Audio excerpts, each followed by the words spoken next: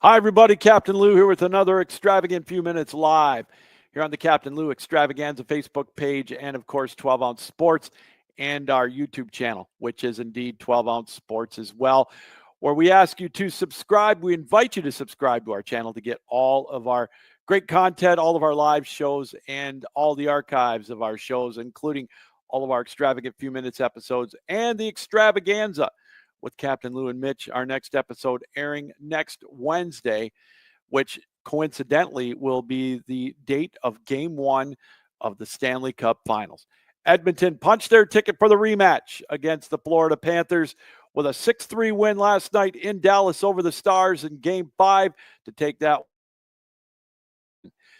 Peter DeBoer, the head coach of the Dallas Stars, he's probably garnering the most headlines, though, after that game, as he pulled netminder Jake Ottinger after 2 shots and 2 goals, puts his backup in, and less than a minute later, it was the 3rd goal scored, this time by Jeff Skinner, his first goal of the Stanley Cup playoffs. That gave Edmonton a 3-0 lead. But if that wasn't enough, after the game in the post-game press conference, head coach Peter DeBoer pretty much put all the blame on the series on goaltender Jake Ottinger, the starting goaltender, saying that he really wasn't that effective for them in 6 out of the 7 games that they played in the last couple of years against Edmonton in the playoffs. So pretty Bush League move by Peter DeBoer to do that. Even if it was true, that's not the place, not the time, in my opinion, to share that. And boy, it just makes one wonder who's going to go first in Dallas. Is it going to be Jake Ottinger or is it going to be Peter DeBoer?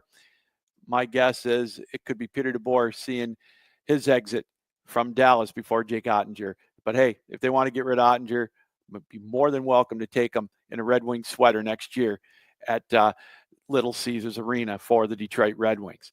So anyways, we've got ourselves our Stanley Cup final all set Wednesday. It's going to be a rematch again. Edmonton and Florida last year, a Game 7 masterpiece, or 7-game masterpiece, if you will.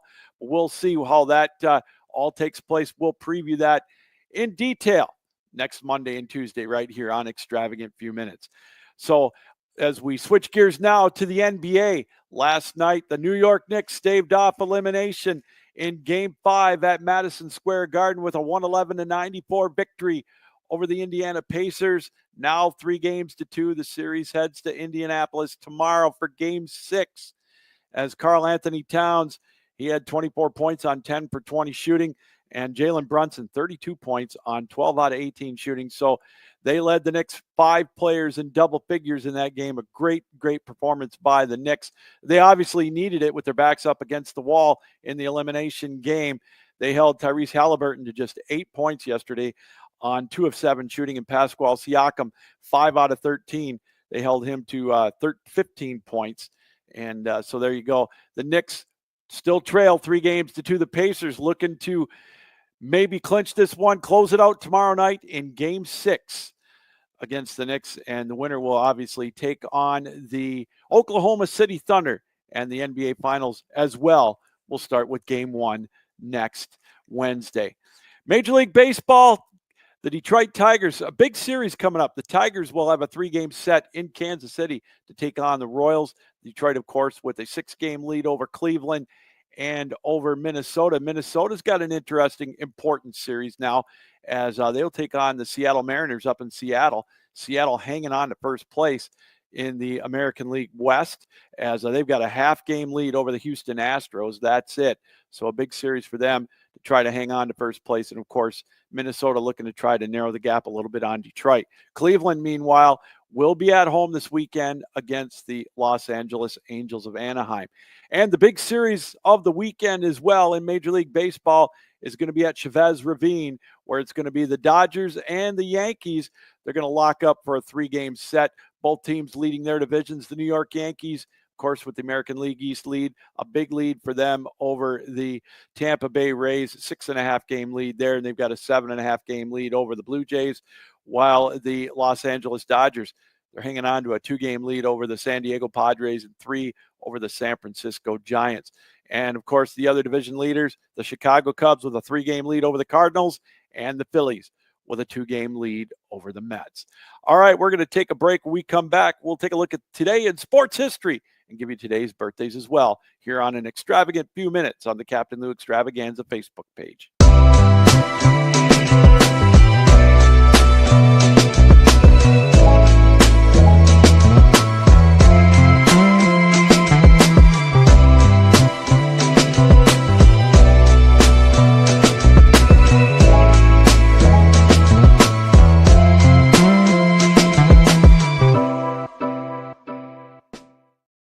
Welcome back, everybody, to an extravagant few minutes live here on the Captain Lou Extravaganza Facebook page and, of course, on 12-Ounce Sports and on our YouTube channel, which is 12-Ounce Sports.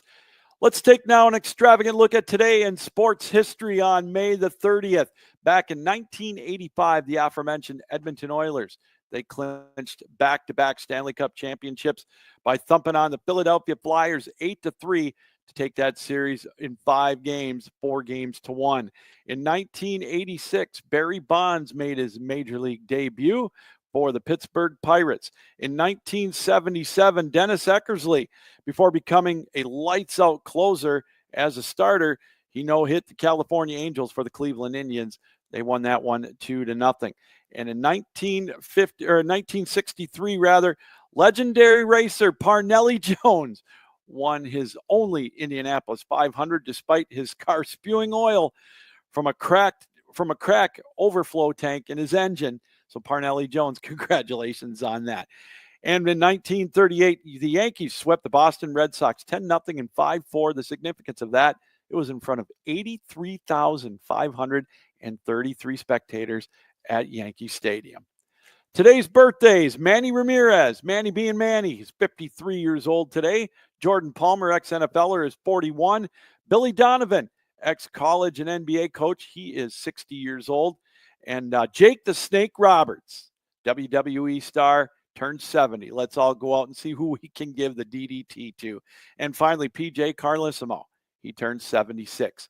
And born on this date back in 1943, legendary Chicago Bear running back Gale Sayers. All right, that's going to do it for today in sports history and today's birthdays as well, and as well our extravagant few minutes.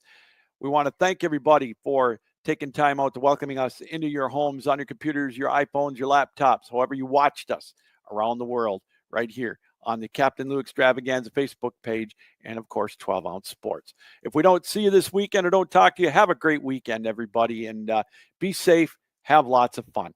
All right, this also a reminder, keep your heads up, keep your sticks down, keep your feet moving, and as always, keep your minds open. So long, everybody.